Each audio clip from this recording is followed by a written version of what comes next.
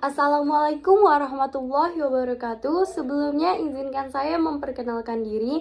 Perkenalkan, nama saya Saskia. Saya dari kelas 11 Otomasi 3. Baik, di sini saya akan mempresentasikan PowerPoint ataupun PPT hasil pembelajaran pada hari ini pada tanggal 12 Februari tahun 2025. Oke, langsung aja kita ke PPT-nya. Yang pertama ada pendahuluan. Pendahuluan itu yang pertama hal yang dilakukan sebelum belajar adalah berdoa. Adapun etika berdoa yang saya ketahui, yang pertama membaca basmalah, kedua beristighfar yang kedua ta'awudz, yang ketiga beristighfar sebanyak 3 kali, keempat membaca doa belajar, kelima bersolawat, keenam membaca basmalah, dan yang terakhir beristighfar 3 kali lagi. Oke, selanjutnya ada pun analisis SWOT. Analisis SWOT merupakan analisis untuk mengetahui faktor internal ataupun strength dan weakness, dan external opportunity dan threats perusahaan. SWOT sangat penting untuk mengetahui kelebihan, kelemahan, peluang, dan ancaman sehingga wirausaha bisa melakukan strategi yang sangat tepat. Macam-macam SWOT. Adapun macam-macam SWOT, yang pertama strength, yaitu kekuatan atau kelebihan yang dimiliki perusahaan yang dapat digunakan untuk mendukung usaha. Contohnya, memiliki produk yang berkualitas dan sudah dikenal masyarakat, memiliki tenaga kerja SDM yang kompeten dan loyal. Dan selanjutnya ada weakness. Weakness yaitu kelemahan yang dimiliki oleh perusahaan. Bila tidak diatasi, akan menghambat kinerja usaha. Contohnya, karyawan yang kurang pengalaman.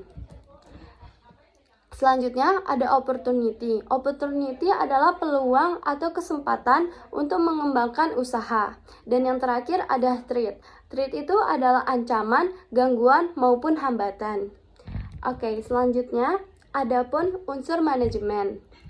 Unsur manajemen ada internal dan eksternal, terbagi menjadi 2 ya teman-teman.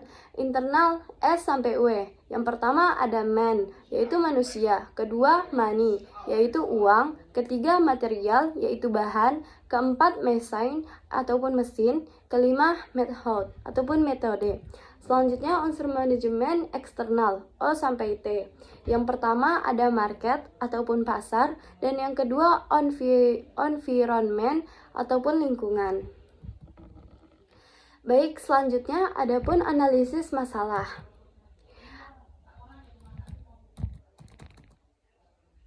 Analisis masalah yaitu berupa teknik fishbowl, biasanya menggunakan tulang ikan. Yang kedua analisis SWOT yang biasanya kita sering gunakan sekarang pada zaman modern yang sekarang kita kembangkan. Yang terakhir adapun teknik FMEA yaitu Failure Mode and Effect Analysis, biasanya berupa tabel. Oke, baik, selanjutnya adapun tabel yang ada keahlian dan alat-alatnya. Bisa saya bacakan ya teman-teman. Yang pertama menggunakan alat ukur listrik, alatnya multitester. Kedua menggunakan peralatan listrik dan tangan, alatnya berupa bor, gerinda ataupun solder. Yang ketiga komponen listrik dan elektronika, yaitu alatnya pasif ataupun aktif. Mungkin yang aktif seperti transistor ataupun yang aktif seperti resistor. Itu sepengetahuan saya ya teman-teman. Dan yang keempat gambar teknik. Gambar teknik alatnya biasanya aplikasi drawing yang biasanya menggunakan AutoCAD ataupun Corel Draw. Dan yang kelima control system atau pengendali. Alatnya yang pertama microcontroller, kedua pneumatik, ketiga elektropneumatik, keempat elektromekanik dan magnetik, dan yang terakhir PLC. Adapun keenam instalasi listrik.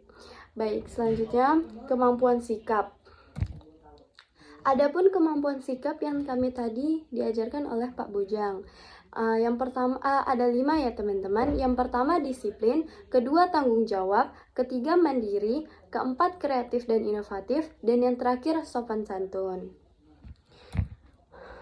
Selanjutnya adapun tahapan membuat proposal. Tahapan membuat proposal ini materi terakhir yang diajarkan oleh Pak Bujang. Oke, yang pertama mungkin menentukan nama produk. Nama produk yang akan kami buat mungkin seperti jam digital. Jam digital ini termasuk ke dalam tipe apa teman-teman? Apa itu prototipe, dummy atau sampling, ataupun massal yang siap jual atau jualnya besar. Yang kedua, adapun unsur-unsur membuat produknya teman-teman, judul project elektronik. Yang pertama, kemampuan. Kita harus punya kemampuan, pengetahuan, keterampilan, dan maupun sikap. Yang kedua, ketersediaan alat. Ketersediaan alat seperti kita harus mempunyai alat-alat dan komponen-komponen ataupun bahan agar kita bisa membuat suatu produk. Yang ketiga, ketersediaan bahan yang seperti sebelumnya saya bilang. Keempat, biaya. Biaya itu seperti biaya berapa kita mengeluarkan biaya untuk membeli alat-alat ataupun bahan tersebut. Kelima, permintaan seperti memasarkan sebuah produk. Seperti itu ya teman-teman. Selanjutnya, adapun tahapan-tahapan membuat proposal. Yang pertama, bab 1 ataupun pendahuluan, yaitu A, latar belakang. Latar belakang adapun alasan, harapan, dan judul project. Di latar belakang itu ada masalah dalam bentuk paragraf dan satu harapan. Latar belakang ada 4 unsur. 1. Tuntunan kurikulum. 2. Perkembangan teknologi. Ketiga, lulusan siap pakai. Dan yang terakhir, kesimpulan item 1 ke item 3. Pokoknya setiap latar belakang, biasanya latar belakang ada 2 masalah dan 1 harapan.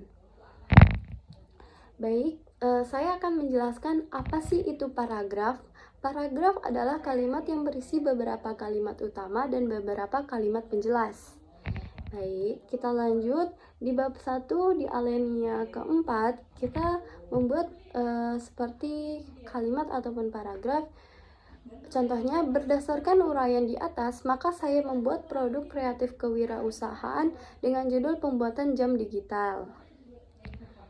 Oke, yang terakhir yaitu bab kedua, tahapan bab kedua. Oh ya, sebelum masuk ke bab kedua, jangan lupa setelah membuat latar belakang, kita harus membuat manfaat dan tujuannya ya teman-teman. Baik, kita lanjut ke bab kedua, yaitu perencanaan. Adapun unsur-unsur dalam perencanaan ada 11 teman-teman. Baik, yang pertama analisis SWOT yang seperti saya jelaskan di pertama video. Kedua ada desain project, gimana desain project yang ingin kita buat. Apakah dia berbentuk bulat, apakah dia membentuk seperti kotak, dan lain sebagainya. Ketiga, pengadaan alat dan bahan. Itu nanti akan dibuat di dalam proposal. Keempat, prosesor perakitan mekanik. Perakitan mekanik itu seperti casing dalam komponennya, seperti bentuk kotak ataupun bulat seperti itu ya teman-teman. Dan yang kelima, prosedur perakitan elektrik. Perakitan elektrik misalnya perakitan komponen-komponen antara kabel dan komponen seperti itu ya teman-teman, ataupun program Arduino-nya. Keenam, prosedur pengajuan mekanik dan elektrikal.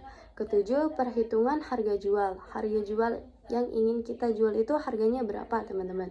Kedelapan, pembuatan kemasan. Pembuatan kemasan seperti kemasan yang produk ingin kita buat. Kesembilan, pembuatan brosur atau manual book. Ini seperti di produk-produk lainnya yang kita misalnya membeli produk terus ada buku panduannya gitu ya teman-teman. Itu seperti itu, kita akan membuat itu nanti setelah kita membuat proposal.